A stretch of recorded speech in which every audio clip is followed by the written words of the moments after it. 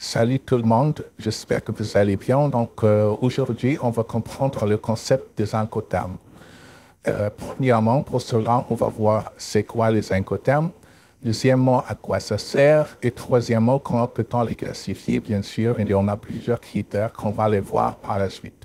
Et finalement, je vais vous donner quelques remarques auxquelles il faut faire bien attention. Donc, commençons par la première partie, c'est quoi les incoterms.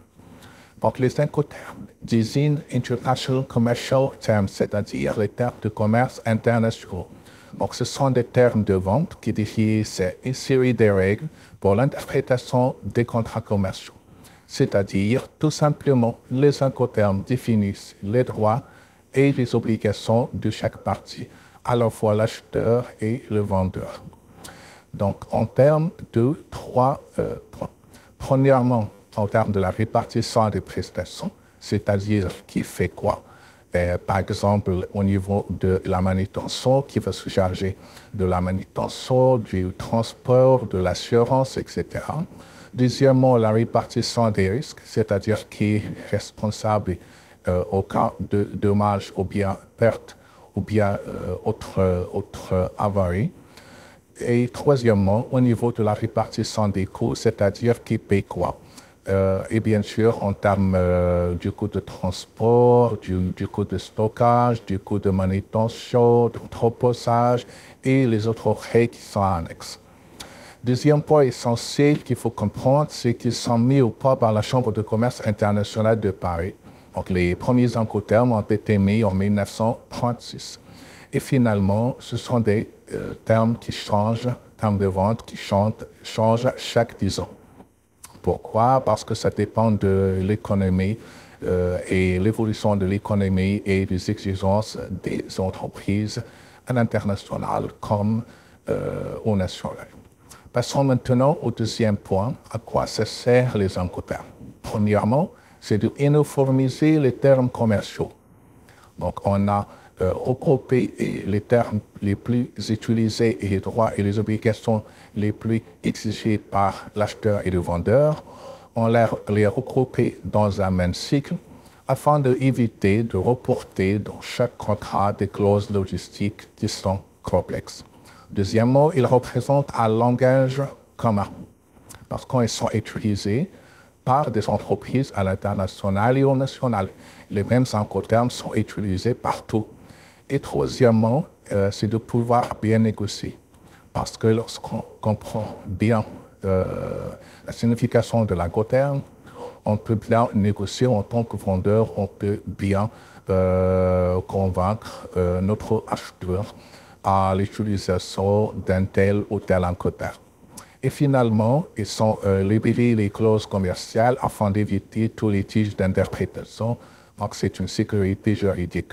Parce que lorsqu'on met les incoterms, on les mentionne dans le contrat, donc chaque partie va comprendre quels sont ses droits et ses obligations. Donc, en cas de litige, on aura ce contrat-là qui mentionne les incoterms comme preuve. Donc, c'est comme une preuve, donc il assure une sécurité juridique. Et finalement, son troisième point, c'est au niveau de la classification. Donc, comme on avait dit au départ, il y en a 3 critères de classification essentiels. Premièrement, transfert du risque à l'international, c'est-à-dire le transport. Et ici, on va voir les incoterms de vente au départ. On a la classe E, la classe F et la classe C.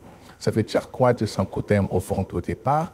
C'est-à-dire le vendeur, il ne va pas assurer les risques et les démarches à l'international. Il va assurer les risques de la marchandise seulement au niveau national, c'est-à-dire au pays de départ. Par contre, dans les ventes à l'arrivée, les incoterms de vente à l'arrivée, il va assurer les deux. C'est-à-dire les risques dans le national, dans son pays d'origine, et à destination à l'international. Ici, on a la classe D. Et Inch'Allah, dans la prochaine vidéo, on va voir les incoterms 2020 plus détaillés avec les modifications qui ont été faites par rapport à 2010. Et passons maintenant selon les critères des obligations du vendeur. On a une obligation minimum, ça désigne ici L'emballage, c'est la classe E. Deuxièmement, le transport principal et les non acquittés, c'est-à-dire le vendeur ne veut pas payer le transport principal. On a ici la classe F, soit le transport principal qui est acquitté, donc c'est-à-dire il est payé par le vendeur, on a la classe C et la classe D. Et finalement, on a l'obligation maximum et on a un seul incoterm, c'est le DDP, c'est-à-dire l'obligation maximale que le vendeur va assurer le taux. L'acheteur, il ne va faire rien. Seulement, il va faire que le déchargement de la marchandise qui lui est arrivée. Donc, passons.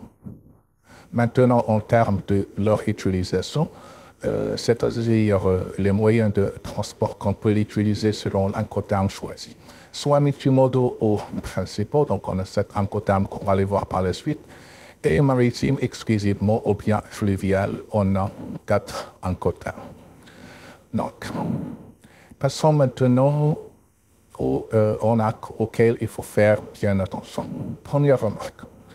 Les incoterms, ils n'ont aucun caractère obligatoire. Donc, l'usage des incoterms, il est facultatif pour les parties, pour le vendeur et l'acheteur. On peut utiliser un incoterm et le mentionner dans le contrat, comme on ne peut pas.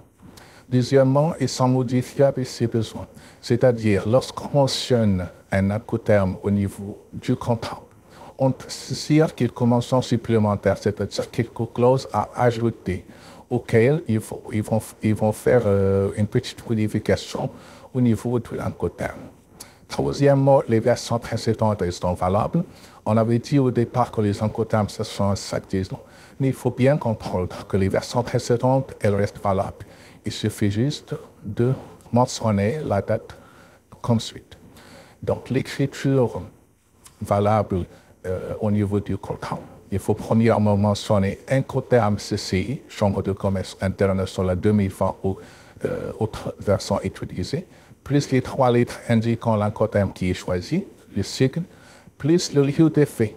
Le lieu de fait ici, c'est-à-dire le lieu de destination qui est convenu, qui peut être un port, un aéroport, usine ou autre place. Plus les mentions complémentaires ou les restrictions éventuelles, c'est au niveau des clauses qu'on veut ajouter. Quatrième chose, ils sont utilisables à l'international, même au national, avec l'accomplissement des formalités douanières s'il y a Dieu. C'est facile. Et finalement, les incoterms ne définissent pas le transfert de la propriété, c'est-à-dire les marchandises, mais la répartition des prestations, des risques et des coûts. C'est la remarque auquel il faut faire bien attention lorsqu'on est au monde professionnel. Ça veut dire pas que on va utiliser les incoterms, c'est-à-dire à quel moment on va passer la marchandise à l'acheteur, ça y est, on ne va pas être le propriétaire de la marchandise, donc ça ne désigne pas ça. Ça désigne la répartition, comme on avait dit au départ, les prestations, les risques et les coûts. Ce n'est pas le déplacement, donc il y en a un déplacement de la marchandise qui se fait directement du vendeur à l'acheteur, mais on va répartir les coûts, les prestations et les risques. Ce n'est pas où va arrêter la marchandise, donc ça ne désigne pas ça. C'est la remarque auquel il faut faire bien attention. Donc, c'est la fin de cette vidéo. Donc, si vous avez des questions, n'hésitez pas de les poser aux commentaires. Et dans la prochaine vidéo, Inch'Allah, on va voir les incoterms 2020, donc bien détaillés et très faciles et explicatifs, avec les modifications qui ont été faites par rapport au 2010.